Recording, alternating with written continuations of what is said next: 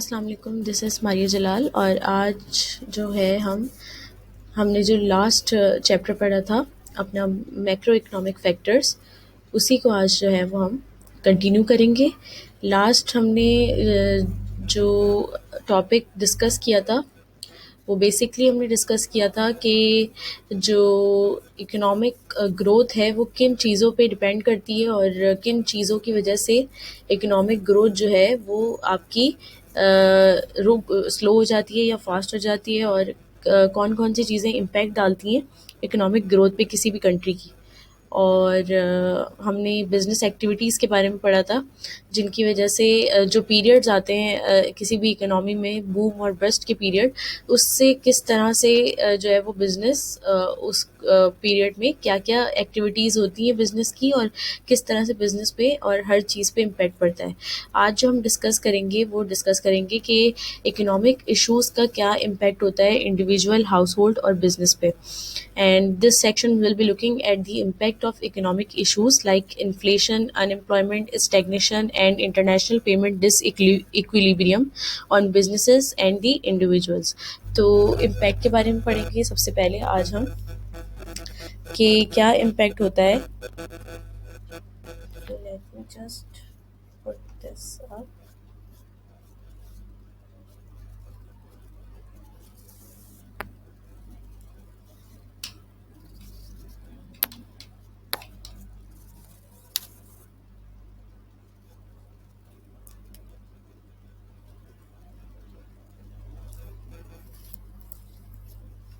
Okay.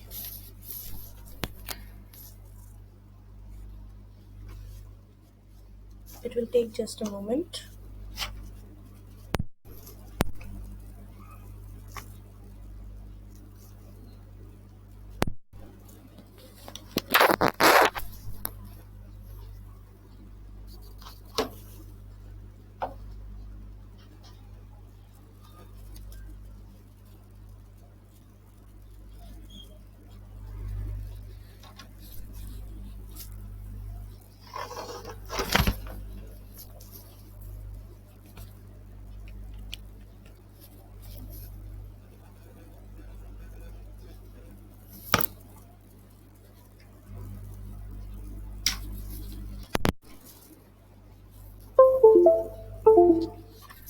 Okay. So, sorry for the inconvenience. और हम किस बारे में बात कर रहे थे? हम बात कर रहे थे कि इकोनॉमिक इश्यूज़ का क्या इम्पैक्ट होता है किसी भी इंडिविजुअल पे और हाउस होल्ड्स पे और बिजनेसेस पे। तो सबसे पहला जो पॉइंट है उसका वो है इन्फ्लेशन। इन्फ्लेशन की डेफिनेशन को हम सबसे पहले जो है वो समझेंगे कि इन्फ्लेशन क्या होता है और उसका क्या इम्पैक्ट होता है किसी भी इकोनॉमिक ग्रोथ पे। तो इन्फ्लेशन की जो जितनी भी डेफिनेशंस हैं उसको बहुत अच्छी तरीके से जो है वो समझना है, ताकि एग्ज़ाम में कभी-कभार एग्ज़ैक्ट डेफिनेशंस जो है वो एग्ज़ामिनर आपको देता है और काफ़ी मिक्स्ड डेफिनेशंस होती हैं जिनमें कन्फ्यूजन क्रिएट हो जाती है स्टूडेंट्स को।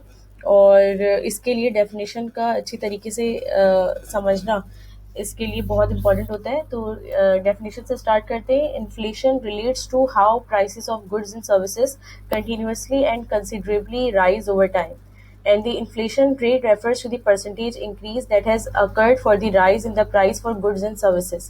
Inflation का मतलब ये होता है कि किस तरीके से आपकी इकोनॉमी में चीज़ों की प्राइस जो है वो इन्फ्लेट कर रही हो, बढ़ रही हो और कंटिन्यूअसली, और उसमें जो है वो इंक्रीज आ रहा हो, कंसिडरेबल अमाउंट में जो है वो एक तरह से इंक्रीज आ रहा हो, यानी उसका ग्राफ जो है वो हमेशा बढ़ रहा हो ओवर द टाइम।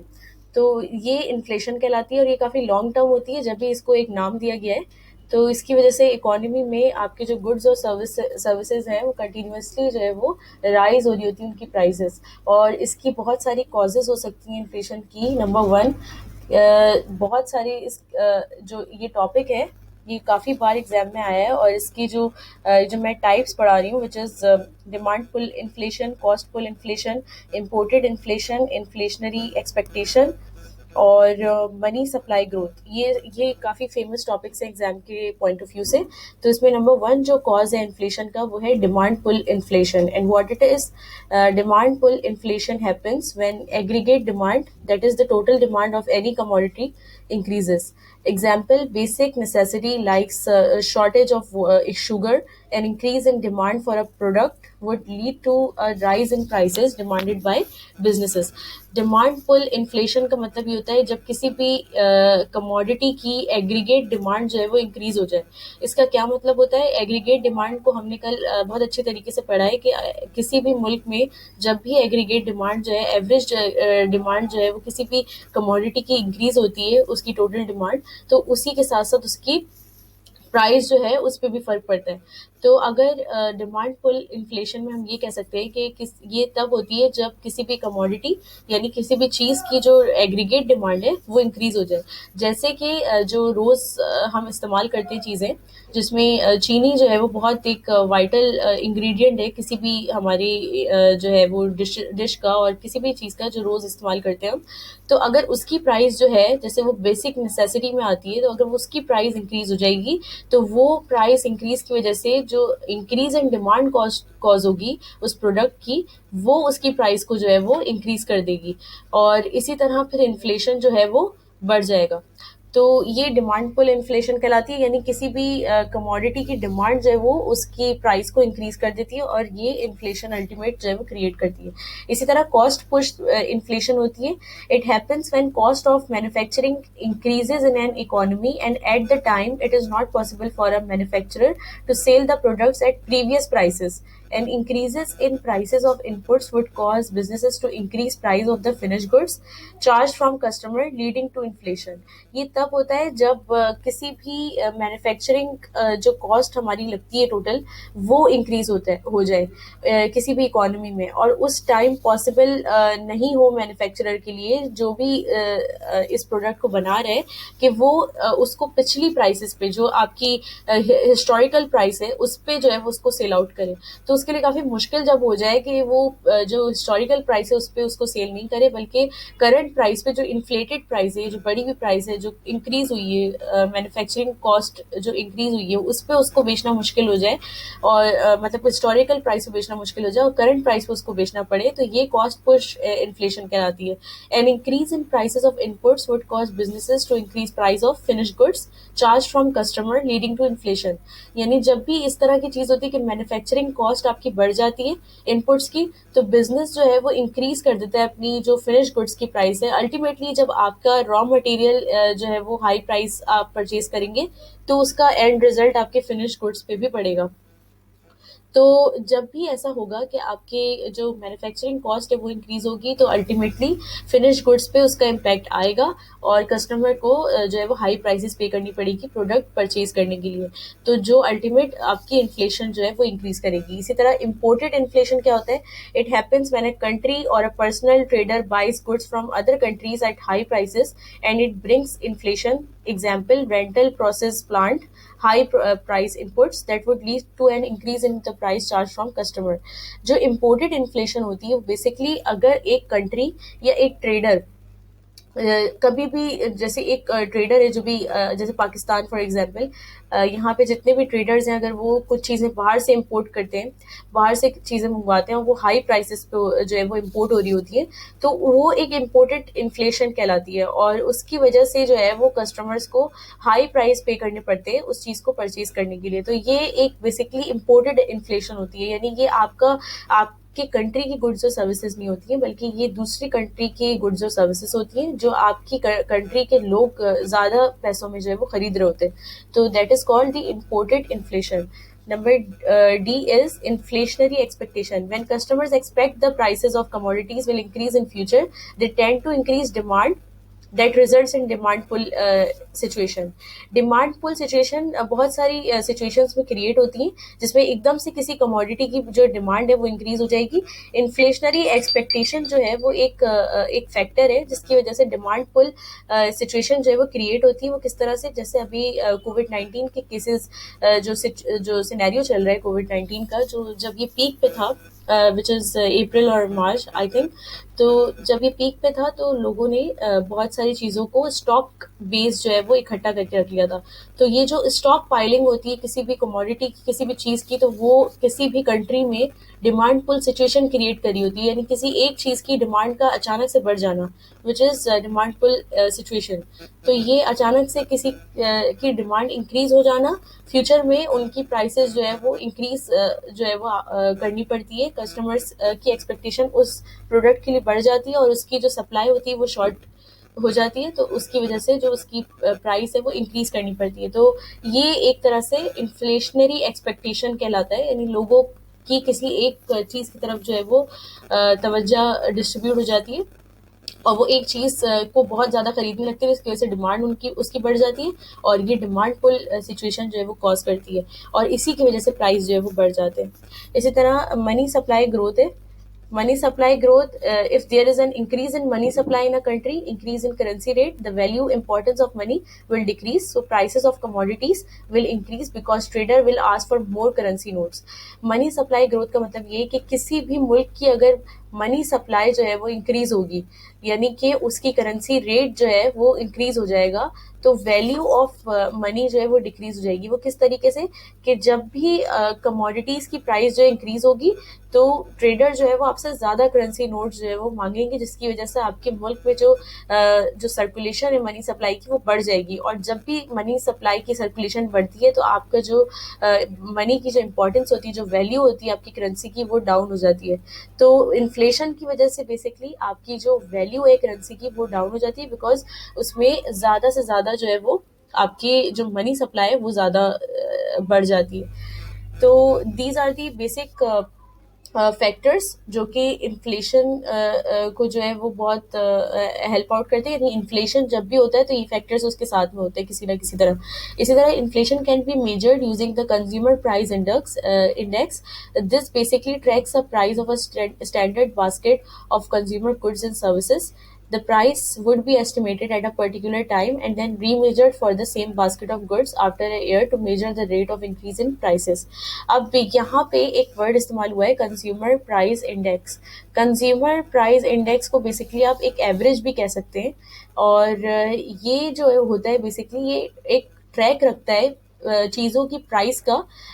मुख्तलिफ चीज़ें होती हैं उसमें, मुख्तलिफ गुड्स और सर्विसेज होती हैं, उनकी जो प्राइस होती है उसकी एवरेज प्राइस का ट्रैक ये कंज्यूमर प्राइस इंडेक्स रखता है। ये एक एस्टिमेटेड प्राइस होती है और इसको हम बार बार मेजर करते हैं इन फ्यूचर भी, ताकि हमें पता चले कि पास्ट और प्रेजेंट और फ्यूचर इन तीनों प्राइस को हम ट्रैक कर सकें। हमें पता चले कि पास्ट में जो चीज़ों की प्राइस थी, जब हम करंट बेस पे उसको कैलकुलेट करें तो हम डिफरेंस उसका देख लें कि कितनी परसेंटेज से ये प्राइस जो है वो इंक्रीज हुई है। तो ये बेसिकली कंज्यूमर प्राइस इंडेक्स जो है वो बेसिकली एक गुड्स और सर्विसेज की जो ओवर द टाइम उनकी प्राइसेस जो इंक्रीज होती है उसको ट्रैक रखने के लिए ये कंज्यूमर प्राइस इंडेक्स इस्तेमाल किया जाता है। अब हम इम्पैक्ट ऑफ इन्फ्लेशन के बारे में पढ़ेंगे। तो इकोनॉमिक इंडिकेटर जो है हमारा होगा इन्फ्लेशन, और इंडिविजुअल और हाउस होल्ड और बिजनेसेस, इन तीनों पे हम देखेंगे कि क्या जो इम्पैक्ट है इन्फ्लेशन का वो आता है। तो सबसे पहले inflation can have multiple effects. Number one is consumer may purchase fewer goods since affordability would decrease consumer confidence, people on fixed income such as students और pensioners may find themselves worse off as their income will not rise even though the cost of goods increases. People may want to import rather than buy goods locally due to higher prices. और businesses पे क्या impact होता है? Increase cost of inputs और decreasing margins, labour cost में rise due to employees demanding higher pay to cope with increased prices, decrease demand will decrease the revenue and profit. सबसे पहले तो ये देखना है कि इंडिविजुअल और हाउस होल्ड्स, यानी जो नॉर्मल जो घर है और जो इंडिविजुअल्स उन पे क्या असर पड़ता है हमारे इन्फ्लेशन के आ जाने से। तो मल्टीपल इफेक्ट्स होते हैं। नंबर वन ये होता है कि कंज्यूमर की जो परचेजिंग पावर है वो डिक्रीज हो जाती है और परचेजिंग पावर डिक्रीज होने का मतलब ये भी होता है कि उनकी अफोर्डेबिलिटी जो है वो डिक्रीज हो जाती है, वो अफोर्ड नहीं कर पाते वो चीज़ें क्योंकि प्राइस इंक्रीज हो जाती है। जैसे अभी रिसेंटली बहुत सारी चीज़ों की प्राइस इंक्रीज हुई है जिसकी वजह से लोगों की जो अफोर्डेबिलिटी है वो डिक्रीज हो गई, उनकी जो परचेजिंग पावर है वो डिक्रीज हो गई। तो ये इन्फ्लेशन का एक इम्पैक्ट है over the individuals. Number second point है कि डिक्रीज्ड कंज्यूमर कॉन्फिडेंस। अब जब भी इन्फ्लेशन आता है तो उसके साथ साथ लोगों का कॉन्फिडेंस जो है वो शैटर हो जाता है, क्योंकि कुछ जो लोग होते हैं वो उनकी इनकम जो है वो एवरेज होती है, कुछ की लो इनकम होती है, तो उनकी वजह से उनका कॉन्फिडेंस शटर हो जाता है किसी भी चीज़ को खरीदने का, क्योंकि जब प्राइस इंक्रीज होती है तो लोग फिर चीज़ों को परचेज नहीं कर पाते, तो ये उनके अल्टीमेट कॉन्फिडेंस पे जो है वो असरअंदाज होता है। इसी तरह जो लोग फिक्स इनकम पे हैं, जैसे कि स्टूडेंट्स और पेंशनर्स जिनको भी पेंशन मिल रही होती है, ओल्ड एज जो लोग होते हैं, तो वो जो लोग होते हैं वो अपने आप को बहुत ज़्यादा इससे जो है वो इफ़ेक्टेड पाते हैं, क्योंकि जब भी इन्फ्लेशन आएगी तो उनकी इनकम राइज नहीं हो रही होती, क्योंकि उनकी इनकम फिक्स्ड है लेकिन प्राइसेस राइज हो रही हैं। तो इसकी वजह से वो बहुत ज़्यादा इम्पैक्ट उन लोगों पे पड़ता है, और गुड्स की मतलब एक तरह से प्राइस इंक्रीज होने पे, क्योंकि उनकी इनकम फिक्स्ड है लेकिन जो चीज़ों की प्राइस है वो हाई हो रही है। तो ये भी एक बहुत ज़्यादा एक वर्स इम्पैक्ट जो है वो क्रिएट करता है स्टूडेंट्स और पेंशनर्स पे। जो भी लोग पेंशन जो है वो गेन करते हैं अपनी गवर्नमेंट पेंशन पे होते हैं, और जो स्टूडेंट होते हैं जिनकी फिक्स्ड इनकम होती है, तो ये सब फिक्स्ड इनकम वाले लोग हैं जिन पे बहुत नेगेटिव इम्पैक्ट पड़ता है इन्फ्लेशन का। साथ साथ लोग जो है वो प्रेफर करते हैं कि वो इम्पोर्टेड चीज़ों को ज़्यादा खरीदें, मतलब एज़ कम्पेयर टू जो लोकल चीज़ है उसको, क्योंकि जब लोकल चीज़ों की वो प्राइस हाई देखते हैं तो उनको लगता है कि जब लोकल है तो उसकी क्वालिटी कौन सी इतनी जो है वो मतलब स्टैंडर्ड वाइज सही होगी, तो वो प्रेफर करते हैं कि वो इम्पोर्टेड चीज़ें खरीद लें, जो कि वो अपने मुल्क के साथ गलत करते हैं। तो जब भी ऐसा होता है इन्फ्लेशन के साथ लोगों की प्रेफरेंस बढ़ जाती है ओवर दी इम्पोर्टेड प्रोडक्ट्स, तो इम्पोर्टेड प्रोडक्ट्स खरीद के वो जो है वो उसको ज़्यादा प्रेफर करते हैं, जबकि उनको लोकली जो है वो चीज़ों को ख़रीदना चाहिए ताकि इकोनॉमिक ग्रोथ जो है वो मुल्क में स्टेबल हो सके। इसी तरह बिज़नेस पे क्या इम्पैक्ट होता है, बिज़नेस में क्योंकि इन्फ्लेशन आती है तो कॉस्ट, इनपुट की जो कॉस्ट है वो इंक्रीज़ हो जाएगी, जिसकी वजह से प्रॉफिट मार्जिन जो है वो डिक्रीज़ होते हैं। और इसके साथ साथ जब इन्फ्लेशन होगी तो लेबर कॉस्ट राइज होगी, वो इस तरह से राइज होगी कि जो भी आप एम्प्लॉय हायर करेंगे उसको आप वो इनकम प्रोवाइड नहीं कर सकते जो आप पहले कर रहे थे बिफोर द इन्फ्लेशन, क्योंकि वो ज़्यादा डिमांड करेंगे पे की, जो कि कंपनी के लिए एक तरह से नेगेटिव जो है वो इम्पैक्ट क्रिएट करेगा, क्योंकि उनका प्रॉफिट मार्जिन मज़ीद लो हो जाएगा। तो लेबर कॉस्ट की वजह से भी एक चैलेंज आता है इन्फ्लेशन की वजह से। साथ साथ डिमांड जो है वो डिक्रीज़ हो जाएगी प्रोडक्ट्स की, क्योंकि बिज़नेस जो है वो कुछ प्रोडक्ट्स बना रही होती है और कुछ प्रोडक्ट्स बहुत एक्सपेंसिव होते हैं, और जब भी इन्फ्लेशन आती है लोग उसको प्रेफर नहीं करते, उनको बेसिक नेसेसिटीज़ जो उन चीज़ें होती हैं, जो कमोडिटीज़ होती हैं उसकी ज़रूरत होती है, तो जो डिक्रीज़ है डिमांड वो उनकी प्रोडक्ट्स की हो जाएगी, जिसकी वजह से उनका जो रेवेन्यू है और उनका जो प्रॉफिट है अल्टीमेटली वो डिक्रीज़ हो जाएगा बिकॉज ऑफ द इन्फ्लेशन। इसके साथ साथ अनएम्प्लॉयमेंट की हम बात करते हैं। पहला पॉइंट हमने एक तरह से कंप्लीट कर लिया है, विच इज़ इन्फ्लेशन, और उसका इम्पैक्ट क्या होता है हाउस होल्ड और इंडिविजुअल्स पे और बिजनेसेस पे। अब जो दूसरा पॉइंट है वो है अनएम्प्लॉयमेंट। तो इन्फ्लेशन होगी तो अल्टीमेटली अनएम्प्लॉयमेंट भी होगी। अनएम्प्लॉयमेंट की डेफिनेशन ये कि it is a situation in which people are able to work but can not find a job और do not desire for a job. It can be calculated as numbers of unemployed divided by total work force multiply by 100। ये formula आप लोगों को याद रखना है, क्योंकि ये पेपर में कुछ भी पूछा जा सकता है। आपको कोई भी एरिया सिलेबस का जो है वो फॉर ग्रांटेड नहीं लेना है कि ये नहीं आ सकता, हर चीज़ इंपॉर्टेंट है और हर चीज़ आ सकती है, राइट। तो ये वो सिचुएशन होती है जिसमें लोग जो है वो काम करने के लायक तो होते हैं, लेकिन उनको उनकी जो सुटेबल जॉब्स होती हैं वो उनको वो फाइंड आउट नहीं कर पाते, और ना ही जो है उनको जॉब करने का कोई डिज़ायर होता है, तो ये अनएम्प्लॉयमेंट कॉज करता है। और अनएम्प्लॉयमेंट का जो रेशो है वो किस तरह से हम फाइंड आउट कर सकते हैं, अनएम्प्लॉयमेंट जो है वो किसी भी इकोनॉमी की इस तरह से कैलकुलेट होती है कि नंबर ऑफ अनएम्प्लॉयड पीपल जो है वो उसको हम न्यूमरेटर में रखते हैं और उसको डिवाइड करते हैं टोटल वर्क फोर्स से, यानी जितने भी लोग एम्प्लॉयड हैं उनसे डिवाइड करते हैं और उसको मल्टीप्लाई कर देते हैं 100 से। तो इस तरह से हमारे पास जो है वो रेशो आ जाता है एम्प्लॉयमेंट रेशो।